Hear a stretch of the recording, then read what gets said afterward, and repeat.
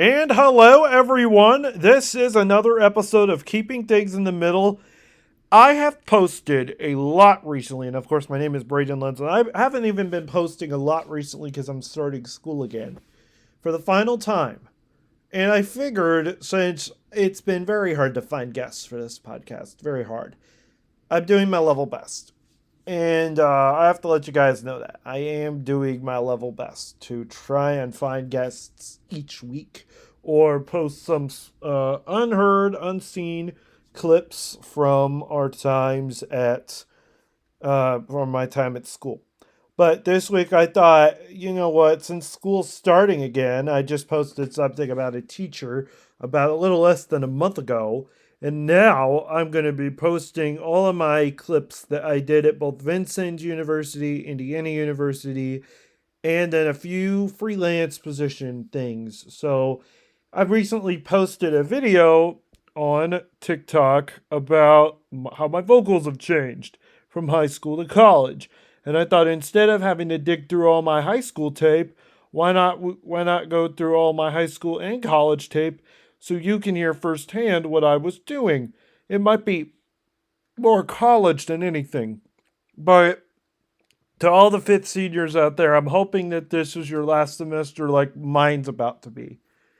And I've worked hard. I think a lot of us have worked hard, especially the COVID kids have definitely worked hard. But the workforce out there is very, very hard to grasp right now. So I'm hoping that, yeah, this podcast can share a little bit of the stuff that I did do. I just posted two things on what I did at IU.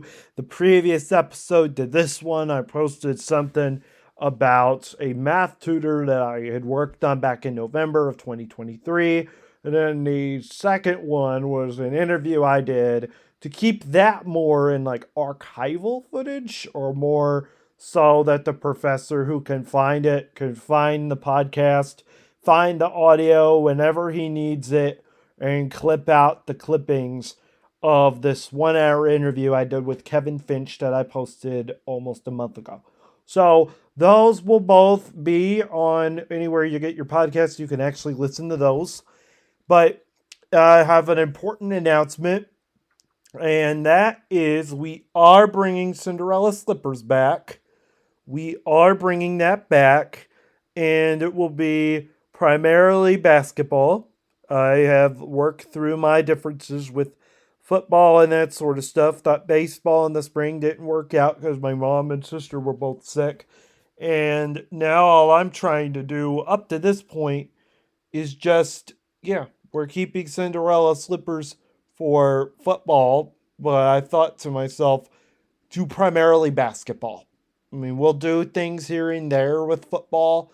We just posted one thing in May about the Indy 500. That will not happen again on Cinderella Slippers. Cinderella Slippers will be primarily basketball. And I want to go in depth on what we could be doing as the season rolls along. But I will say this. I am also developing the club at Indiana University called American Student Radio. And if any of you IU students are listening out there, especially on Substack or anywhere like that, you can join the club. But other than that, those are actually the two announcements that I wanted to personally make.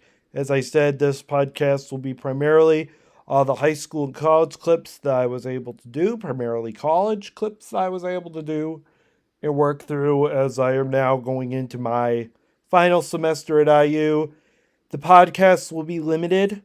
It's a lot of work, guys. Not to put these together. These are not a lot of work. It can be, and I love it. But as I said, it's going to be different. As soon as the college basketball season nears, then we're going to go back to Cinderella Slippers and make that primarily college basketball and some football here and there. Bleed Bloody Blue is another podcast that's coming back as well, but we will not do any live streams. And as I'm speaking right now, the Colts are playing the Arizona Cardinals, and they're leading 10-7. Or actually losing 10-7, my bad. Losing 10-7. But no, thank you all so much for listening. This has been Really, the summer was stressful, but we made do with it. We've made do with it, I should say. And so I want to celebrate my college life, college career with this tape, actually, this podcast today. And we may also be airing an additional episode along to this one too. So be on the lookout for that if I can find it. It was an old clipping from, I think, one of my classes I took at Vincennes. But other than that, thank you all so much for tuning in and keep tuning in. As coming up next, This was we recorded will be back in featuring all my best 2021 clips from college and and shows high how school. far I've So, made it in the thank you radio all so much industry. for listening. Some of and this I will hope be you all muted can on listen YouTube, to the next part. as this is That's the enough for me first talking now. podcast documentary I ever produced. Here is the podcast about a guy that sang "This Is Indiana" for the Indiana Hoosiers and how that song became the most popular song on campus. Welcome to Spotlight on the Artist, an in-depth look at some of the stars, legends, and innovators in popular music. I am Braydyn Lents, and this time our spotlight shines on Bryce Fox and his legacy in both college and electronic music.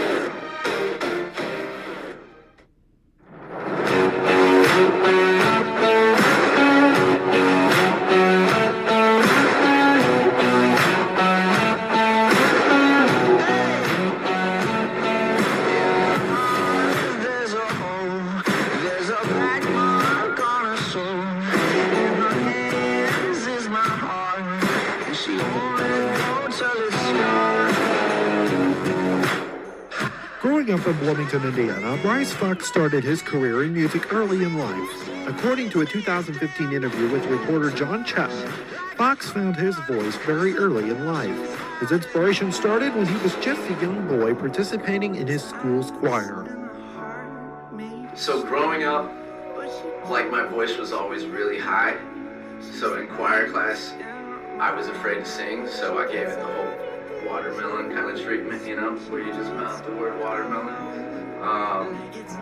Because my voice was so high, I was so embarrassed, and then puberty hit, and that's when I knew I could sing. I started doing it like for fun, as like a joke, and people started hearing it, and they were like, oh, you could probably sing a little bit if you wanted to get serious.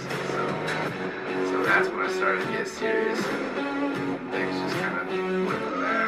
In school, he was an honors student. His confidence in both schools and sports inspired him to become a member of the athletically built Phi Delta Theta fraternity at Indiana University, Bloomington.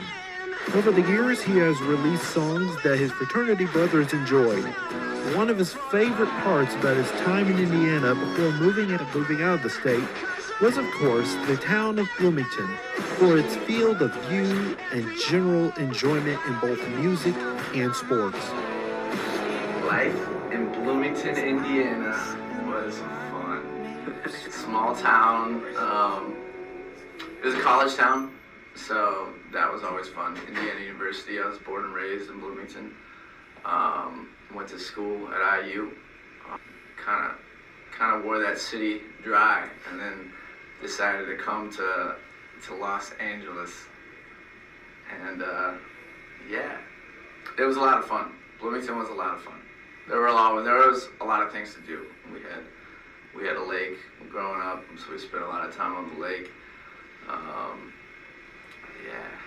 One of the biggest hits since he wrote Out of IU in Los Angeles in 2014 was filled with electronic libraries of all different categories.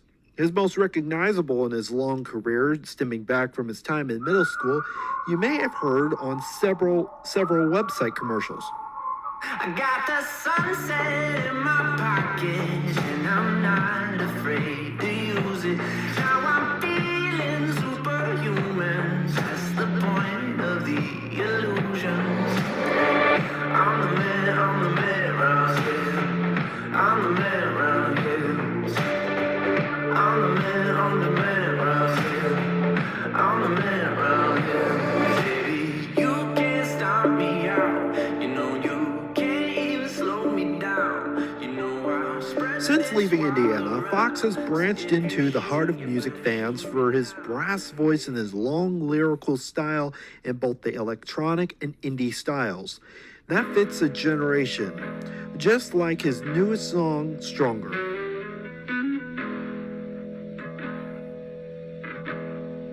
You want me sinking down with your anchor around me. His profession has grown on him since middle school, but he is continuing to find a way to push the envelope on his music since he moved to LA years ago. Every artist from Marshall Mathers to Jay-Z started their careers slow and paced, and Fox used his music career early in life by writing meaningful material as he spoke about his style changing his life and otherwise, as he stated in a 2016 interview with the We Found Music podcast. After college, I moved out to Los Angeles. Probably that was 5 years or so since that happened. And I've been trying to figure everything out since then. Yeah? Still trying.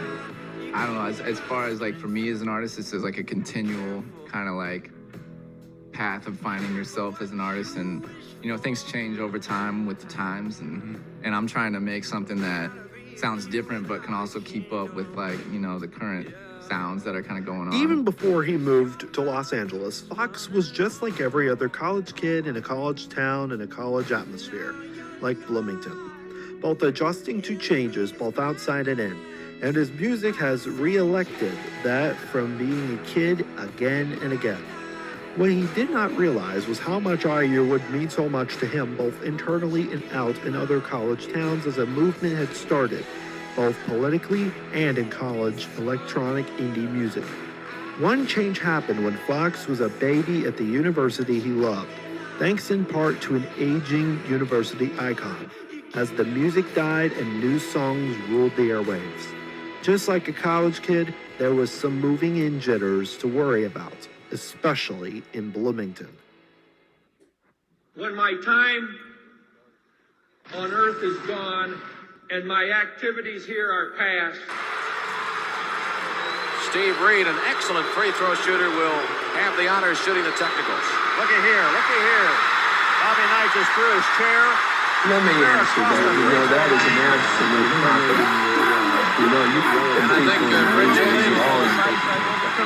well on some negative piece like that. And I don't know how Steve feels about it.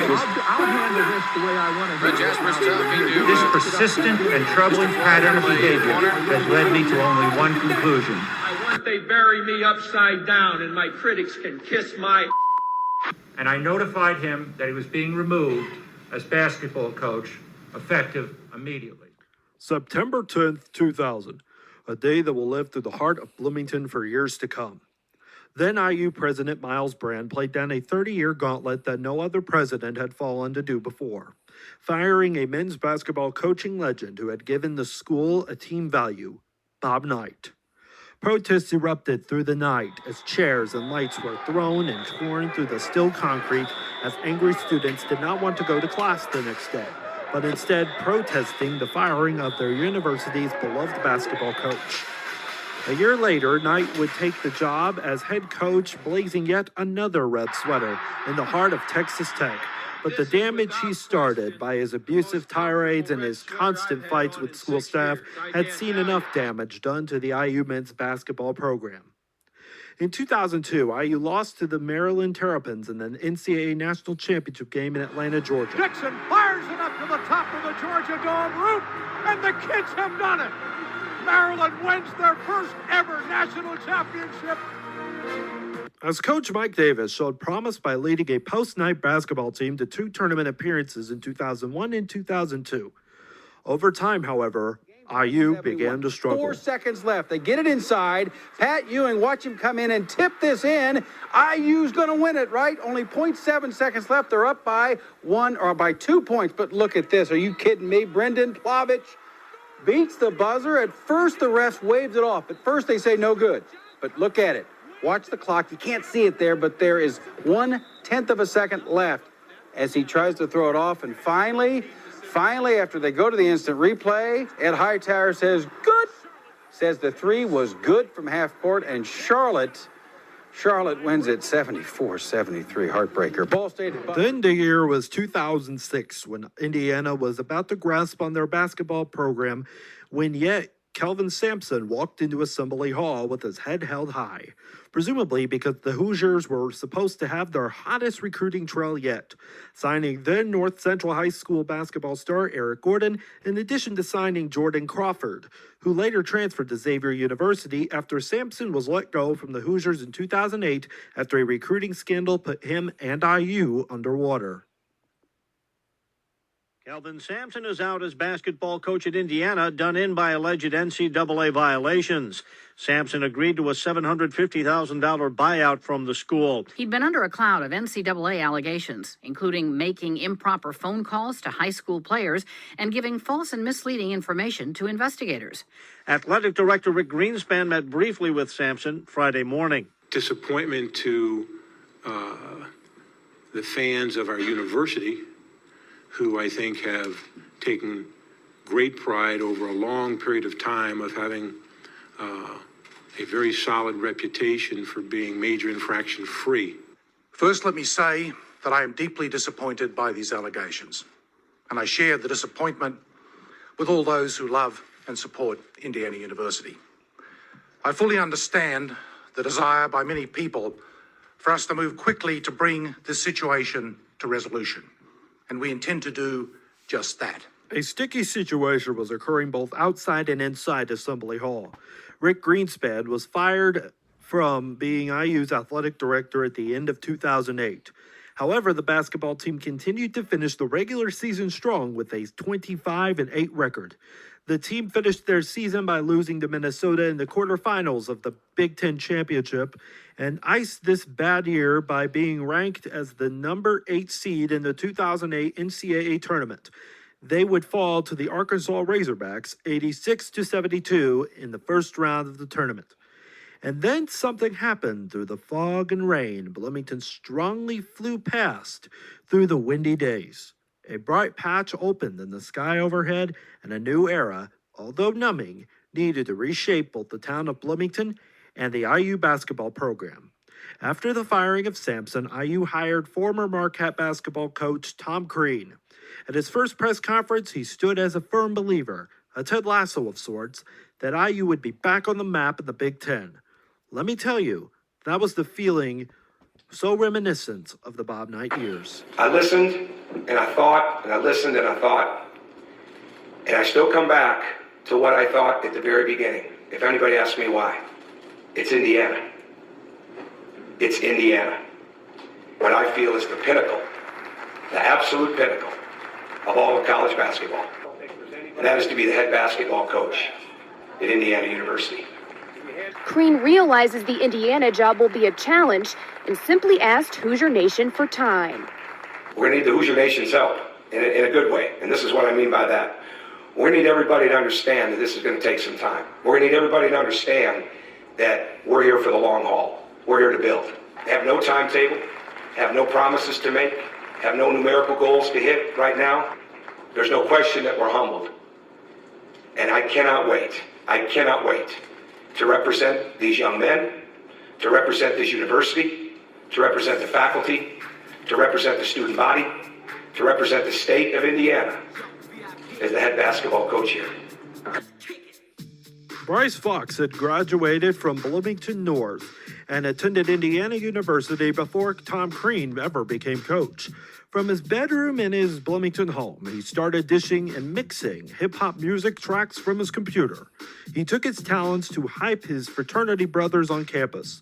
According to the Bloom magazine, he continued his passion for music, which carried him through more avenues in his music career, leading to his first big break as an artist.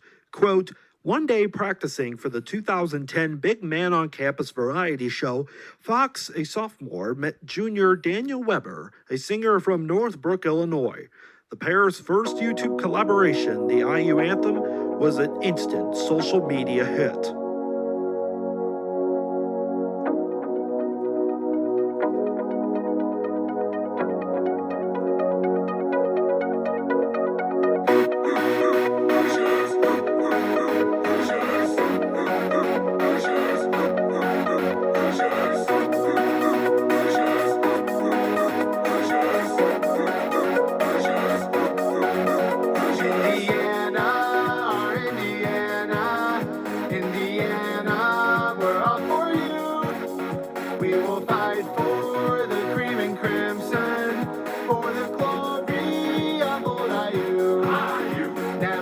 To this day, the anthem has amassed over 300,000 views on their YouTube page, as this once preppy baseball player at Wilmington North was becoming a rising star for a rising time in Indiana. After IU finished with a terrible 8-25 record to kick off Tom Crean's career during the 2008-9 season, the next year IU garnered a huge victory against number 11 seed Illinois in the regular season. With an unrivaled passion and a new swagger to the ball club, IU was finished with an abysmal 10-21 record in 2009-10 and a 12-20 record to finish off the new decade. Then came the year 2011, and everything changed. As the IU anthem was becoming a hit on social media, Fox behaved like every other college kid, making silly videos online to garner attention. His life, his love of music, and his love of sports would hit him more on the night of December 10th, 2011, when IU was set to face the number 1 ranked Kentucky Wildcats, led by coach John Calipari, and dominated with NBA talents such as Anthony Davis, Michael Kidd-Gilchrist, and Terrence Jones. The night was filled with back-and-forth basketball with dunks, rebounds, and Victor Oladipo having his best statistical season to date. The crowd of 17,474 cheered for the Hoosiers in a vibe not felt since the Bob Knight days of IU basketball. I specifically remember where I was during the game. My grandfather Jim was in his second year of battling leukemia as I watched the game with him on the family room floor in my grandparents' house in Lagodi, Indiana. My grandmother was doing dishes, and my mom fed my then 3-year-old little sister Brianna her applesauce for dinner. Just like my grandfather's life, the clock was ticking on both his life and the game. I remembered IU calling a timeout as Anthony Davis scorched a free throw into the IU basket. Then the crowd was filled with anxiety, and we were filled with anxiety. Anthony Davis scored his last basket. We inbounded the ball. Zeller screened, and then Wofford did this. Timeouts for Indiana. 19 for him. Here comes Jones. 3 seconds. 2 seconds. Riddell all the way outside. Watford for the win.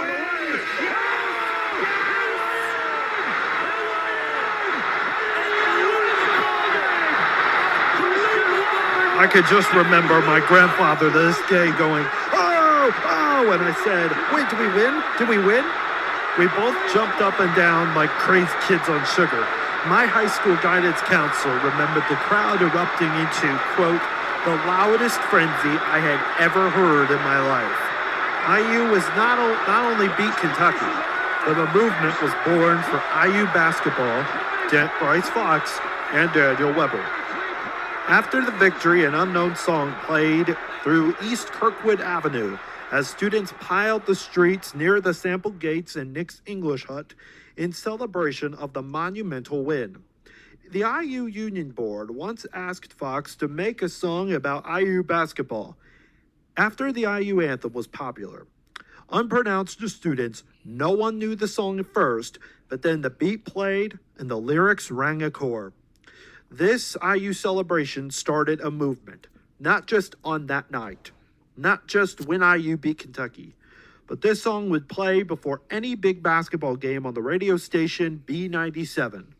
It was played at Assembly Hall after Martha the Cleaning Lady until 2015. It was the inspiration for students who created a viral music video along with their teacher at Bloomington's Templeton Elementary School. This was the last song my grandfather listened to, and a song so vocal to the IU community, it has become a cult classic, loved at bars, and occasionally loved at Assembly Hall by IU fans everywhere.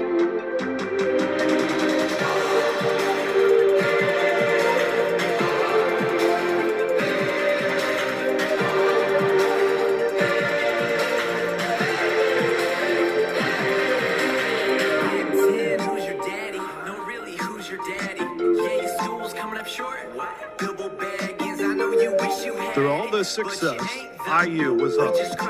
The team had 2 of the best seasons that they had had. Led by Jordan Halls, Christian Watford, Will Sheehy, Victor Oladipo, and Cody Zeller, the team went unbearable. But unfortunately, With all of this fun IU had, our team was spent losing 2 Sweet 16 games in both 2012 and 2013 between Kentucky and Syracuse. Out of all the people that had left the IU basketball team, one player remained after 2015, Yogi Ferrell, which made sense that the IU Hoosiers made it to the Sweet 16 game again, losing to eventual fashion by the 2016 NCAA championship runner-ups in the North Carolina Tar Heels. The next season, Indiana was ranked as the number 3 seed in the country after beating the top-seeded Kansas Jayhawks. Then IU lost to the University of Fort Wayne, and this was when our season was starting to go downhill.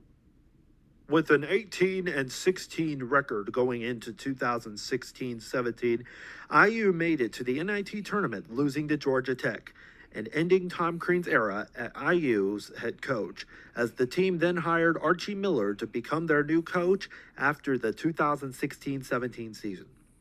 Fox graduated from IU in 2014, but not without leaving the school with one more song. He came back to the school, garnering the success of the basketball song he made with Weber, hyping another coach to the IU football program. This time it was Tom Allen. The two made their final song, which was published in the summer of that year. When we bleed green and crimson. It's all about the game day on the weekend. You know we came to play, and we don't leave till it's over. All the Hoosiers in the house, get on your feet. Bounce with me, bounce with me.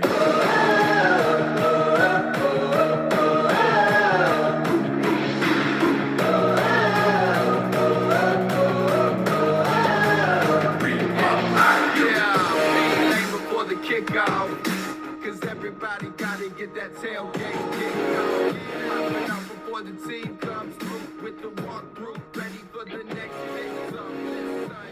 According to Bloom magazine, Fox moved promptly back to Los Angeles after college and began his notable music career as he makes music to this day. There is always that one song, however, that still remains in Hoosiers' minds, according to IU senior Jack Yearley. He spoke about the song and the time period of the piece as both monumental and inspirational to the future generation of Hoosiers. And I didn't think back then, I mean, obviously I was in middle school, so I wasn't able to process all of it to its impact today, but it's become a very unifying song to Indiana's student body. I think it's something they rally around, and it's heard at different student parties, and sometimes played in hype senses before a game or something like that. And it's catchy, it's fun, the beat's cool, and I think that overall it's had a profound impact even to 10 years to today. And then with the timing of it happening before all the Watt stuff, it really did a good job. And this was luck on their end, of course, being long lasting because of that shot. People oftentimes tie those two things together, even though they were independent of one another, and it's We'll kind of be right allowed to back. have it take on a life of its own. I always wanted to have a Letterman's jacket in high school. But when my grandmother was still in an assisted living in Washington, Indiana, I do remember the times when I talked to an older lady named Phyllis. Her son had attended the University of Notre Dame, and she had found an impact both on elderly varsity spirit and sportsmanship. The interactions with her made me realize how much college sports can make an impact on both the music genres and sporting critiques. Bryce Fox was a pioneer in the early days of electronic music in the 2010s, as artists such as Mac Miller and Skrillex were making electronic-sounding music for their audiences, which were between the ages of 10 to 25 years old. He also started the car and revved his engines to sporting fans across the state of Indiana and beyond, as artists impersonated his style of music and made it their own. 2 weeks after the song This Is Indiana came out in a spread on social media, the song Boiler Up became a staple at Purdue. Boiler up, we got our whole team. We're going big and we're picking up steam. You can't stop the train when we're coming down the lane. Throw the hammer to the ground when we visit your town, and you know it's going down. Moving down the lane, so we're to the ground. When we visit your town, and you know it's going down.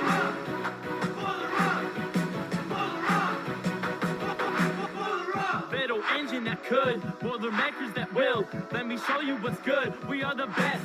Still. Some songs like the University of Kansas's Rock Chalk Tayock and Tennessee's Rocky Top song became the oldest traditions in college sports.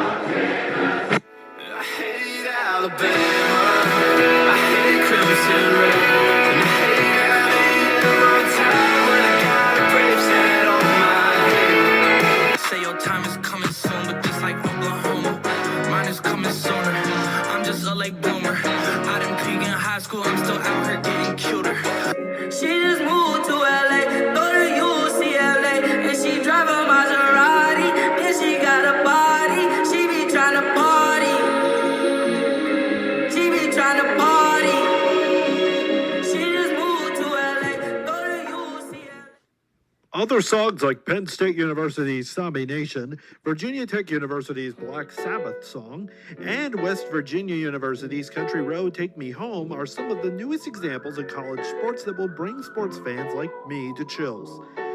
But also say thanks to Bryce Fox as he led other artists by example creating youthful material. As college kids, we take life for granted. We are more outspoken than our older peers, and we are so enticed for learning, responsibilities, and growing up. But at the end of the day, we remember where we were starting in school. We take those days for granted by going to football games on Friday nights as a junior and spending your day cramming for the SAT exam the next day. Setting the stage for adulthood is very hard and challenging. But we will always remember that one song that we listened to in our youth that brought us back up.